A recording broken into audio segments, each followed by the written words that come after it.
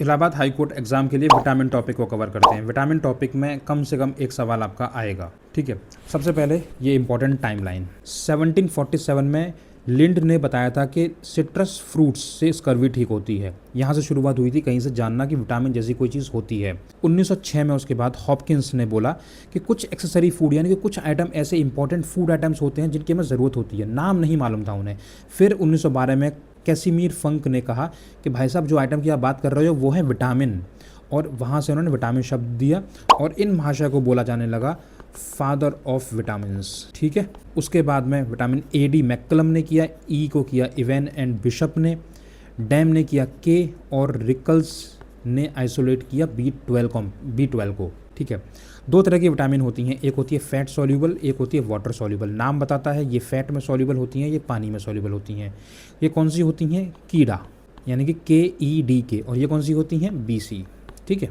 Fat में dissolve होती हैं। लिवर का जो बाइल होता है ये इनकी इन्हें ज़रूरत पड़ती है, फैट सॉल्यूबल को लिवर के बाइल की ज़रूरत होती है एब्जॉर्प्शन के लिए इंटेस्टाइन में, ठीक है। यहाँ कुछ नहीं ज़रूरत होती, ये डायरेक्टली ब्लड स्ट्रीम में एब्जॉर्ब हो जाती हैं और यूरिन के साथ निकल जाती हैं, तो इसलिए डेली ज़रूरत होती है। यहाँ पर ये लिवर में और एडिपोज टिश्यू में यानी कि फैट टिश्यूज़ में स्टोर होती हैं, डेली ज़रूरत नहीं होती। टॉक्सिसिटी की प्रॉब्लम हो सकती है, यहाँ पर वाटर सॉल्यूबल में कोई टॉक्सिसिटी की प्रॉब्लम नहीं होती है। बस एक B12 है जो कि लिवर में स्टोर होती है 3 से 5 साल के लिए, ठीक है। टर्म किसने दिया विटामिन? कैसमीर फंक ने। फादर ऑफ विटामिन भी इन्हें कहा जाता है। कौन सी विटामिन हार्मोन है? Vitamin D। मेटल किस में है? विटामिन B12 में, कोबाल्ट है। गट बैक्टीरिया में कौन सी बनती है? K2। Richest natural source of vitamin K1 आंवला है। और प्लांट फूड में कौन सी बिल्कुल नहीं मिलती? विटामिन B12 बिल्कुल नहीं मिलती। अगर आप वेजिटेरियन हैं तो आपको दिक्कत हो सकती है। ओवरडोज टॉक्सिसिटी किस विटामिन के केस में हो सकती है? A और D के केस में। चलिए विटामिन A की बात करते हैं। नाम है इसका रेटिनॉल और रेटिनल। इसको एंटी ज़ेरोप्थेल्मिक विटामिन बोलते हैं। कैरेट, मैंगो, कॉड लिवर, इन सब में ये मिलती है। डायरेक्टली नहीं मिलती इन सब सोर्सेज में। कैरेट और मैंगो में ये बीटा कैरोटीन के फॉर्म में मिलती है। बीटा कैरोटीन जो है वो आगे चल के आपका इंटेस्टाइन में रेटिनॉल यानी कि विटामिन A में कन्वर्ट हो जाता है, जो कि आगे चल के रोडोप्सिन बनाता है और नाइट ब्लाइंडनेस प्रिवेंट करने में हेल्प करता है। अगर डेफिशिएंसी हो जाती है तो नाइट ब्लाइंडनेस हो सकती है जिसको नाइक्टेलोपिया बोलते हैं, या फिर ड्राई आइज हो सकती हैं जिसको ज़ेराप्थेल्मिया बोलते हैं, या फिर कॉर्निया मेल्ट हो सकता है, इसको बोलते हैं केराटोमेलेशिया। आँखों की कोई भी डिजीज़ आ जाए तो वो है विटामिन A। लेकिन कलर ब्लाइंडनेस नहीं है साहब, नाइट ब्लाइंडनेस है, कलर ब्लाइंडनेस नहीं है। विटामिन D, इसको बोलते हैं कैल्सीफेरोल। ये एंटी रैकेटिक विटामिन के नाम से जानी जाती है। D2 अर्गो कैल्सीफेरोल होता है और D3 कोलियो कैल्सीफेरोल होता है। स्किन में मिलते हैं, ठीक है। काम क्या रहता है? ये कैल्शियम और फॉस्फोरस का एब्जॉर्प्शन में हेल्प करती है। हार्मोन क्यों होता है? क्योंकि ये स्किन में बनती है ब्लड से, फिर ये सर्कुलेट होकर के जहाँ इसे एब्जॉर्ब होना है वहाँ जाके एब्जॉर्ब होती है, इसलिए इसको हार्मोन बोला जाता है। अगर इसकी डेफिशिएंसी हो जाए तो बच्चों में रिकेट्स हो जाता है, हड्डी टेढ़ी हो जाती है। एडल्ट्स में ऑस्टियोमेलेशिया होता है और ओल्ड एज में ऑस्टियोपेरेसिस होता है, ठीक है। विटामिन E, ये है टोकोफेरॉल, एंटीऑक्सीडेंट की तरह काम करती है। एंटी स्टेरिलिटी विटामिन है, रिप्रोडक्शन में हेल्प करती है। रिचेस्ट सोर्स है व्हीट जर्म ऑयल और सनफ्लावर ऑयल, ठीक है। डेफिशिएंसी के केस में एंटी स्टेरिलिटी हो सकती है, हीमोलाइटिक एनीमिया हो सकता है। हीमोलाइटिक एनीमिया में क्या होता है कि RBC मेम्ब्रेन जो है वो बस्ट हो जाती हैं क्योंकि फ्री रेडिकल्स उन्हें अटैक करते हैं। एक्चुअली होता क्या, फ्री रेडिकल्स बॉडी में बनते हैं, नेचुरल नॉर्मल मेटाबॉलिज्म में ही फ्री रेडिकल बन जाते हैं। अब फ्री रेडिकल्स क्या करते हैं कि आपकी मेम्ब्रेन को, किसी भी तरह की मेम्ब्रेन को, चाहे वो रिप्रोडक्टिव ऑर्गन की मेम्ब्रेन हो, चाहे वो RBC की मेम्ब्रेन हो, इनको बस्ट करते हैं। इसके लिए फिर आती है, यहाँ आता है विटामिन E का रोल। विटामिन E उस फ्री रेडिकल को न्यूट्रलाइज करती है और उसके अगेंस्ट शील्ड का काम करती है और सेल मेम्ब्रेन को बचाती है। तो इसलिए इसके एंटीऑक्सीडेंट विटामिन है, एंटीऑक्सीडेंट शील्ड की तरह ही काम करती है। Now comes vitamin K, नैप्थाक्विनोन। ये क्लॉटिंग में हेल्प करती है। क्लॉटिंग की स्पेलिंग वैसे C से होती है, बट आप इसको K से याद कर लीजिए, क्लॉटिंग में हेल्प करती है। एंटी हेमोरॉजिक विटामिन के नाम से इसे बोला जाता है। दो तरह की विटामिन है, K1 K2। K1 green leafy vegetable में मिल जाएगी और K2 गट बैक्टीरिया में मिलती है, ऊपर भी बात की थी, ठीक है।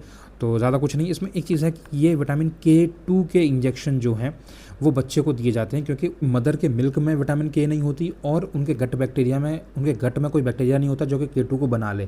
तो अगर उन्हें विटामिन K2 नहीं मिली तो इंटरनल ब्लीडिंग हो सकती है, इंटेस्टाइन में ब्लीडिंग हो सकती है या फिर ब्रेन में ब्लीडिंग हो सकती है। इसलिए एक न्यूबॉर्न बेबी को K2 के इंजेक्शन दिए जाते हैं। Now comes vitamin C, that is ascorbic acid. आंवला में सबसे ज़्यादा होती है, ऑरेंज में भी अच्छी होती है। डेफिशिएंसी से हो जाती है, हीटिंग पे ये लॉस हो जाती है। डेफिशिएंसी से स्कर्वी होती है जिसमें ब्लीडिंग गम्स, लूज टीथ या फिर पुराने जख्म खुल जाते हैं। विटामिन सी नहीं होगा तो कोलेजन नहीं बनेगा, कोलेजन नहीं बनेगा तो ब्लड वेसल्स फ्रेजाइल हो जाती हैं, इसकी वजह से स्कर्वी या ब्लीडिंग गम्स ये सारी चीज़ें होने लगती हैं। देखिए प्लांट आयरन होता है Fe3+ और ये डायरेक्टली इंटेस्टाइन में एब्जॉर्ब नहीं होता, तो विटामिन सी इसको बना देती है Fe2+ जो कि एब्जॉर्ब हो जाता है। इसलिए ये कहा जाता है कि जब भी आप आयरन रिच फूड खाएं तो विटामिन सी ज़रूर खाएं। जैसे आप कोई भी स्पिनच वगैरह खा रहे हैं तो उसमें नींबू मिला लीजिए, तो वो उसका एब्जॉर्प्शन बढ़ जाता है। Now comes vitamin B complex. B1, B2, B3, B5, 6, 7, 9, 12 हैं। सबसे पहले कम्स B1 थियामाइन। इसकी डेफिशिएंसी से होती है बेरी। इसके मेन सोर्सेज हैं अनपॉलिश्ड राइस और होल ग्रेन्स। ठीक है, ड्राई बेरी के केस में नर्व्स डैमेज हो जाती हैं। वेट बेरी के केस में हार्ट में स्वेलिंग या फिर फ्लूइड आ सकता है। इसके अलावा अल्कोहलिक लोगों में B1 की डेफिशिएंसी से जो सिम्टम्स होते हैं वो और ज़्यादा प्रोमिनेंटली सामने आते हैं। वर्निक कॉर्सकॉफ सिंड्रोम ये एक बहुत प्रोमिनेंटली मिलता है अल्कोहलिक लोगों में विटामिन B1 की डेफिशिएंसी की वजह से। So vitamin B1 thiamine, unpolished rice, whole grains में मिलता है, बेरी इससे होता है। Now comes B2 is riboflavin. ठीक है, डेफिशिएंसी से चिलियोसिस हो सकता है, यानी कि क्रैक्ड लिप्स हो सकते हैं, ये जो आपको दिखते होगा। ग्लॉसिटिस हो सकता है या फिर कॉर्नियल वेस्कुलराइजेशन हो सकता है, यानी कि ब्लड वेसल्स आंखों में दिख जाती हैं। B3 होती है नियासिन। इसकी डेफिशिएंसी से होता है पेलेग्रा, जिसको 3D डिजीज़ बोलते हैं, क्योंकि पेलेग्रा में होता है डर्मेटिटिस, डायरिया और dementia. Now comes vitamin B5, इसको बोलते हैं पेंटोथेनिक एसिड। इसकी डेफिशिएंसी बहुत रेयर है, मतलब ये हर जगह मिलता है तो डेफिशिएंसी नहीं होती, लेकिन अगर हो गई तो बर्निंग फीट सेंसेशन होती है या मसल क्रैम्प्स होते हैं। Now comes B6 pyridoxine. Haemoglobin में He पार्ट होता है, हीम पार्ट, इसको बनाने में ये हेल्प करती है। इसकी डेफिशिएंसी से अनीमिया हो सकता है या फिर कन्वल्शंस आ सकते हैं, दौरे वगैरह पड़ सकते हैं। B7 is biotin. इसकी डेफिशिएंसी से एलोपेशिया हो सकता है, हेयर लॉस हो सकता है या डर्मेटाइटिस हो सकती है। रॉ एग वाइट्स में ये बहुत मात्रा में मिलता है। B9 जो है DNA सिंथेसिस और सेल डिवीजन में हेल्प करता है। डेफिशिएंसी ये बहुत ही क्रिटिकल रोल प्ले करता है प्रेगनेंसी के टाइम पे। बिफोर कंसेप्शन काफ़ी दिनों तक B9 दिया जाता है, क्यों, ताकि फॉलिक एसिड की कमी ना हो बच्चे के मदर में और उसके होने वाले बच्चे में। B12 is कोबलामिन। इसमें मेटल कोबाल्ट होता है और ये it is made only by bacteria. ये प्लांट्स फूड में कहीं भी नहीं मिलता, वीगन्स को सप्लीमेंटेशन की ज़रूरत पड़ती है। ये 3-4 साल के लिए स्टोर हो जाता है और इसकी डेफिशिएंसी के केस में परनीशियस एनीमिया होता है।